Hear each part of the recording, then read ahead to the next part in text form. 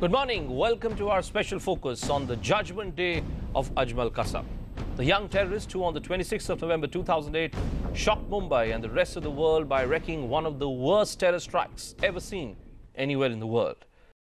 Well, that's why we've been saying that this is a case which throws up several questions for India's democracy, for India's judicial system, the manner in which this entire trial has been conducted, the kind of flip-flops which have been done by Ajmal Kasab himself. Let's go straight across then to a very special panel which is joining us first up this morning. Rupan Doshi, she's joining us from Mumbai. She's a Taj survivor and also an individual who lost her cousin in that carnage. And Rohit Chandavarkar, our correspondent, is right outside the Arthur Road jail there. Well, that's the place where the verdict is going to be delivered soon. And Naresh Fernandez, editor, Time Out, joining us live from Mumbai as well. Welcome to all of you on the show. First to you, Rupan. Do you think that this verdict that is going to be delivered today in any way will ease the pain that all of you have gone through? I think it will partly, but just about partly. I think this whole Kasab trial and the verdict that we're expecting today is symbolic. It's symbolic of a larger picture, that throws up Indian democracy in the right sense, that we are following the course of law. We believe in fair trial.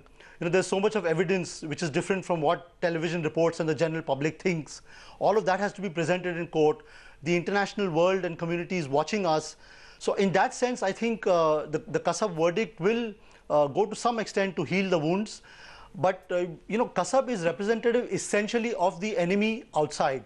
But we really have to worry about the enemy within, which is our own people and our own misgivings and the faults of our own establishment, which is a larger worry for me. But to answer your question directly, yes, I think it will go to some extent in healing the wounds, because there is some sense of justice, that some kind of somebody is held responsible directly. Okay, that's a good point that you make, because, all through this trial, Rupan, the kind of flip-flops that we have seen, particularly from Ajmal Kasab, first he admits to his crimes, then he goes back on his confessional statement, then his lawyer says that actually he's just a simple rustic boy from Pakistan who came on Samjhauta Express, was hanging around Juhu Chowpatty.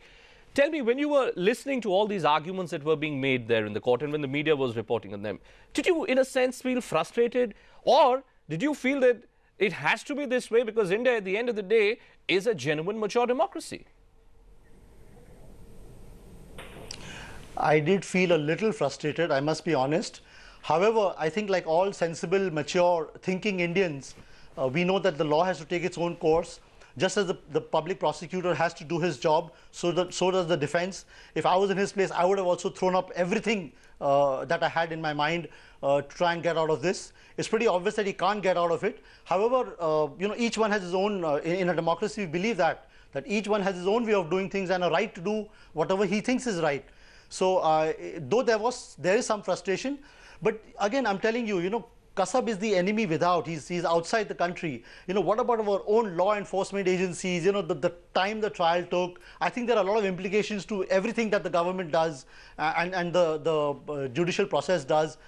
That is probably more frustrating because those are my own people. That's my country and the people I work with and I live with and the roads that I drive on and all of that. You're not satisfied. That is You're not satisfied. More Rupan, irritating and frustrating. You're not satisfied, Rupan, say, with the kind of pace that we have seen, because if you look at the manner in which cases have been settled in this country, in 1 year, you have come to a situation where we are now going to see verdict being delivered on Ajmal Kasab and 2 other conspirators. Do you think that there is a need still to be speedier in the justice delivery mechanism in our country?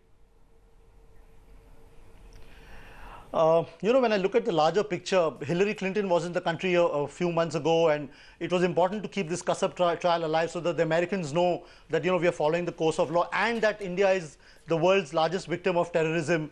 And, when you look at the whole governmental scene in the larger picture, I think, yes, maybe it required some time and, it had to take its natural course. Right. But at a very micro level, at my own personal level, I feel it should be faster. Okay, let me get a word in from Rohit Chandavarkar then. Rohit, you're at the Arthur Road jail premises. Give us a sense of the kind of security measures that must have been put in place there to ensure that everything passes on peacefully today.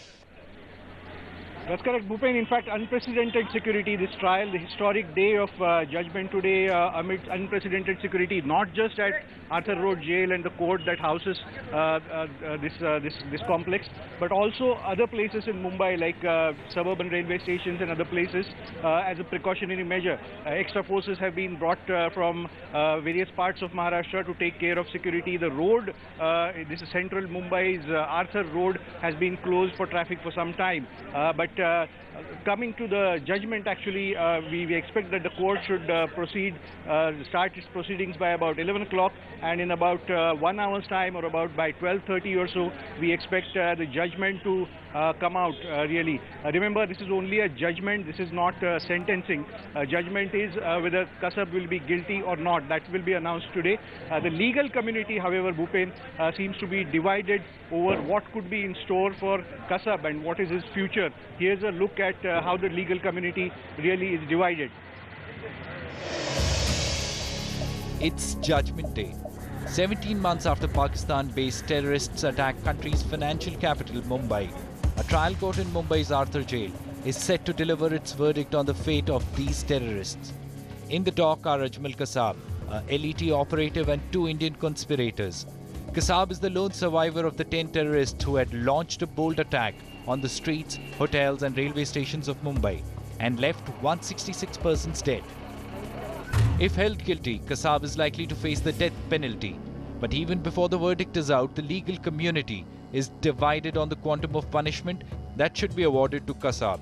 Death penalty, it has been found, is not really any greater deterrence to the people who commit these heinous kind of crimes than the prospect of life imprisonment. But this case, which has been seen by some as an open and shut case, Breaking news this hour also out of India, mass shootings. Whose live TV coverage had the world on tenterhooks for 3 days, feel that if this case is not fit for death penalty, then no other case merits death penalty. Death penalty is probably the only punishment, and that to a lot of minds, though not to a legal mind, may not even be punishment enough. However, even if Kasab is given death penalty, it will take many years before he is sent to the gallows, as Kasab could still approach the Bombay High Court and the Supreme Court challenging the punishment awarded to him. In New Delhi, Ashok Bagria.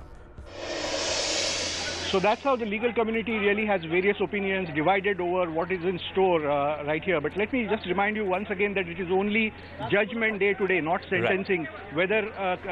Whether Kasab is given death sentence or otherwise right. will be known about a week from now. It's only the guilty or not guilty verdict that will come out. Back to you, Bhupen. And that's exactly what we're looking out for. Just how exactly the judge frames his judgment when Judge Tahiliani announces that verdict. Let's also get in Naresh Fernandez now, editor timeout.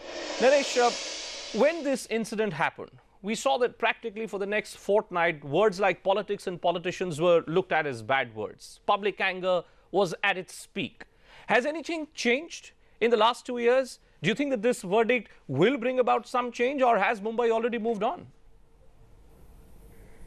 Well, Mumbai moved on within weeks of this. Bombay has shown itself to be extremely apolitical. Since the attacks happened, and there was this great outpouring of public anger where people said that they were determined now to engage with the system and change it. We've actually had 2 elections. We've had a national election, we've had a state election. And the turnouts were abysmal. The turnouts were under 40%. There were 38% in the constituency in which these attacks happened. So Bombay has proved that it actually has no will to change things, to really reform the system the way it claimed it wanted to do. Rupen Doshi was making an interesting point there, Naresh, just a short while back, where he said that the important thing to look at is what about the enemy within? The politicians, diplomats can all talk about how the threat is really coming from across the border. But are you also a little upset? Are you a little frustrated in a sense with the fact that we really haven't seen any specific steps being taken as far as modernization of police forces are concerned? One after the other, we've seen scams, whether it's related to bulletproof jackets. Hemant Karkare's bulletproof jacket itself was found in some bizarre place on the outskirts of Mumbai. What are the lessons that we take as Indian citizens, as Mumbaikars? I think we really need to engage with the system. We need to be using instruments like RTI. We need to be using citizens' activism to demand accountability from the people who are paid to protect us and from the people we elect to represent our interests. It's clear that they don't actually have our interests at heart. I'd like to sort of go off on a tangent here and also point out that, as Rupan pointed out, the world is watching this trial. As media shorthand, we are calling this the Kasab trial, but there are actually two other people involved in this trial. Yes, that's right. There's Fahim Ansari and there's Sabahuddin Sheikh. Yeah. And to me, as you know, they've been accused of conducting surveillance that led to these attacks. In the light of the David Headley arrest, where he has also been accused of taking videos, I think this evidence is it impacts directly the verdict in their case. And I think it's looking at what happens to these two people that is the real test of the Indian system. Kasab was nailed immediately. Almost, it was an open and shut case when Tukaram Oomble so bravely grabbed his gun. Right.